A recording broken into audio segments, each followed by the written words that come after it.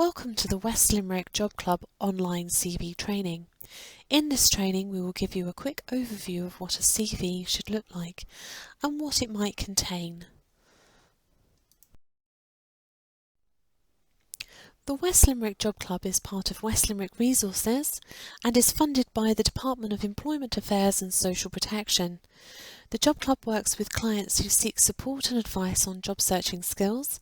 We provide training for individuals and groups to develop the necessary skills and techniques that will help them access employment. And we are a free and confidential service. And our contact details will be at the end of this presentation.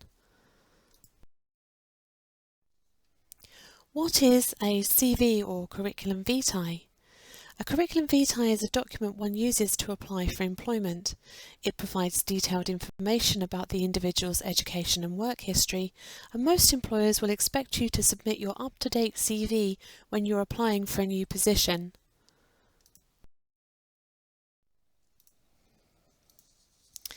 So this is a generic example of a CV, which is very similar to the version the Job Club uses. There is an unwritten rule about CVs, which it should only be 2 pages long. Now let's have a look at this example.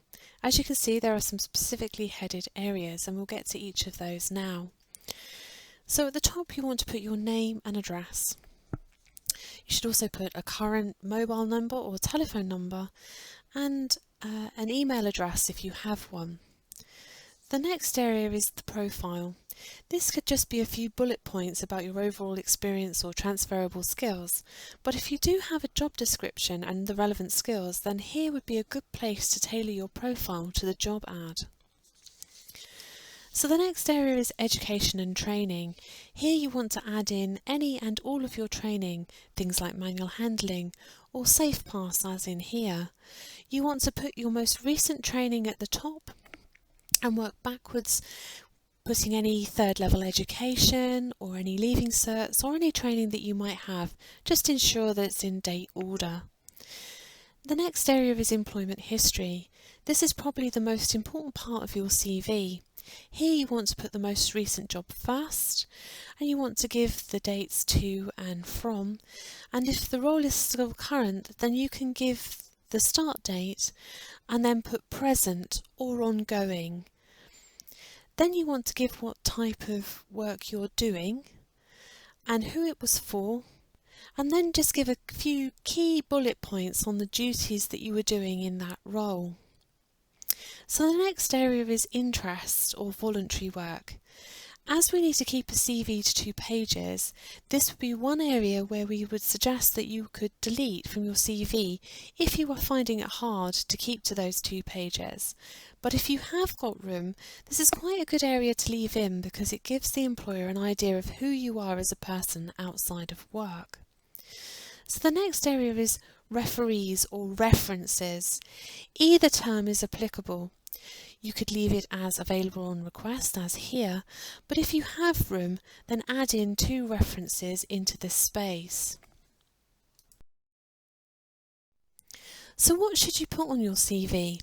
As we said at the top, you should put your name and address, a current phone number, and make sure that there's no typos in your email address. If your email address is not just a combination of your first and last name, then you may want to consider changing it, especially if it doesn't look professional. But also make sure that you have entered it correctly, as a lost email could be a lost interview. Now on to your personal profile. It doesn't have to be very long, 3 or 4 bullet points, and make sure that you've checked it for any spelling mistakes. This really is just a snapshot of who you are and what your experience or skills are. So here's an example of a profile with what we would call soft skills or transferable skills. It says, I am an enthusiastic, self-motivated, reliable, responsible and hard-working individual. I'm a team player and adaptable to all challenging situations. I have the capacity to work as part of a team or on my own initiative, and I am able to work well under pressure and adhere to strict deadlines. I have a full, clean driver's license. You might also want to put here if you have any experience. An example might be within retail, or if you have a long working working history within a specific industry or job sector. And again, as we've said before, if you do have a job ad or a job description that you might be working from, then here is a very good place to tailor your skills and experience to match that job ad.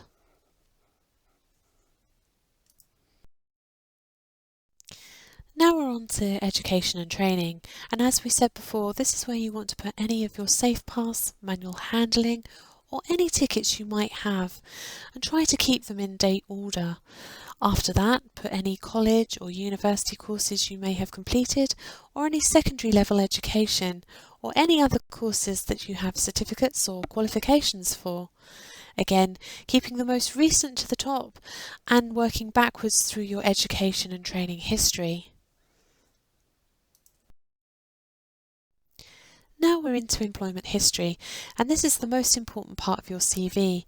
As we said earlier, your CV should only be 2 pages long, and if you have a lot of work history, then one way of keeping to 2 pages is to only use the last 10 years of your work experience. You want your most recent job first, and then you want to work backwards through your work history. If you have room, then you can use all of your work experience. Don't forget things like internships or college work or placements or any volunteering experience, especially if your work history is a little light, as these are all valid forms of work history. Remember to add in the dates to and from for each job, and give the employer an idea of the duties you were doing in each of your roles. This doesn't have to be very long, just a few bullet points with the type of work you were doing for each role.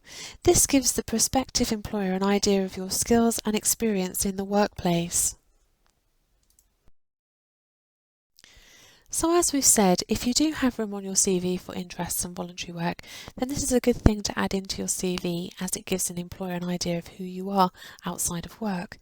With the types of activities you like to do in your spare time, or if you volunteer your time to certain causes. In this example, we've got playing soccer with Newcastle West Rovers Club, gardening and spending time with my family, but it might also say reading and walking in nature, or coaching your local GAA, or volunteering at the local animal shelter. Referees or references. You should name and give details of 2 past employers, with one being your most recent employer if possible.